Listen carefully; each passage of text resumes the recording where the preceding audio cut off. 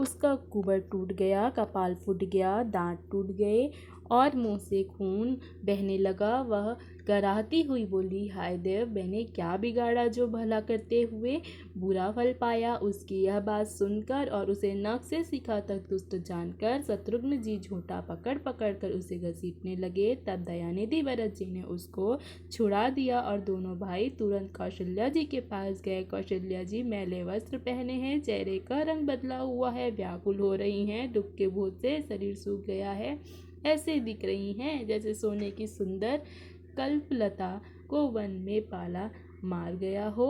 भरत को देखते ही माता कौशल्या जी उठ दौड़ी, पर चक्कर आ जाने से वे मूर्छित होकर पृथ्वी पर गिर पड़ी। यह देखते ही भरत जी बड़े व्याकुल हो गए और शरीर की शुद्ध भुलाकर चरणों में गिर पड़े। फिर बोले, माता, पिताजी कहाँ हैं? उन्हें दिखा दे। सीता जी तथा मेरे दोनों भाई श्री राम लक्ष्मण कहाँ हैं? उन्हें दिखा दे। कैकई जगत में क्यों जन्मी, और यदि जन्मी ही तो फिर बांझ क्यों न हुई, जिसने कुल के कलंक, अपयश के भाड़े और प्रियजनों के द्रोही मुझ जैसे पुत्र को उत्पन्न किया। तीनों लोकों में मेरे समान अभागा कौन है, जिसके कारण हे माता तेरी यह दशा हुई। पिताजी स्वर्ग में हैं और श्री राम जी वन में हैं।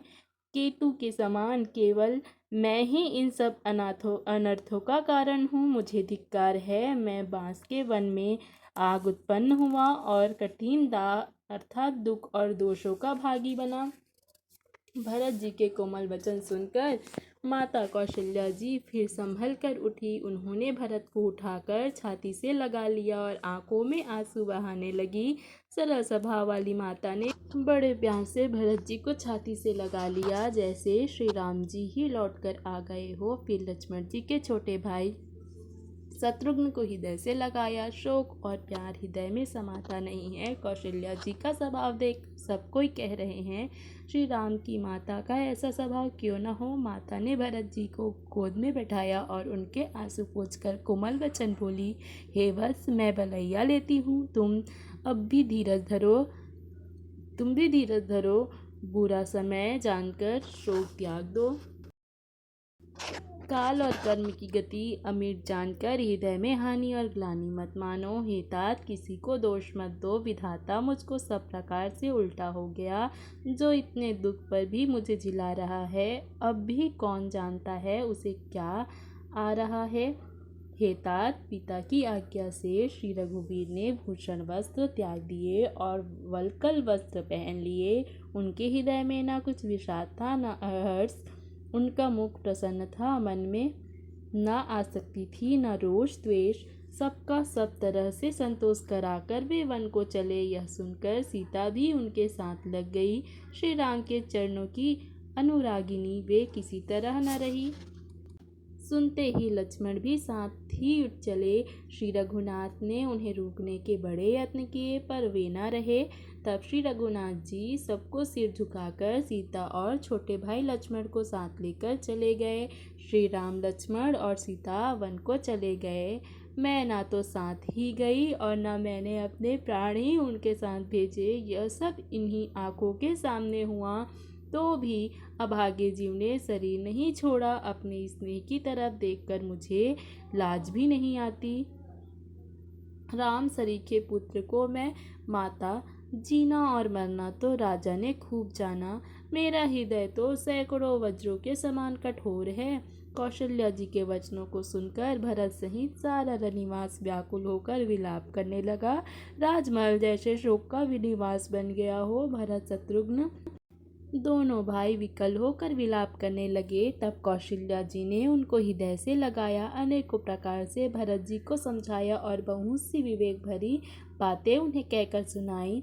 भरत जी ने भी सब माताओं को पुराण और वेदों की सुंदर कथाएं कहकर समझाया। दोनों हाथ जोड़कर भरत जी छल रहित, पवित्र और सीधी सुंदर वाणी बोले, जो पाप माता पिता और पुत्र के मारने से होते हैं, और जो गौशाला और ब्राह्मणों के नगर जलाने से होते हैं, जो पाप स्त्री और बालक की हत्या करने से होते हैं, और जो मित्र और राजा को जहर देने से होते हैं, कर्म वचन और मन से होने वाले जितने पातक एवं उपपातक हैं, जिनको कवि लोग कहते हैं, हे विधाता, यदि इस काम में मेरा मत हो तो हे माता वे सब पाप मुझे लगे जो लोग श्री हरि और श्री शंकर के चरणों को छोड़कर भयानक भूत प्रेतों को भजते हैं। हे माता, यदि इसमें मेरा मत हो तो विधाता मुझे उनकी गति दे जो लोग वेदों को बेचते हैं, धर्म को दूर लेते हैं, चुगलखोर हैं, दूसरों के पापों को कह देते हैं, जो कपटी, कुटिल, कलह प्रिय और क्रोधी होते हैं,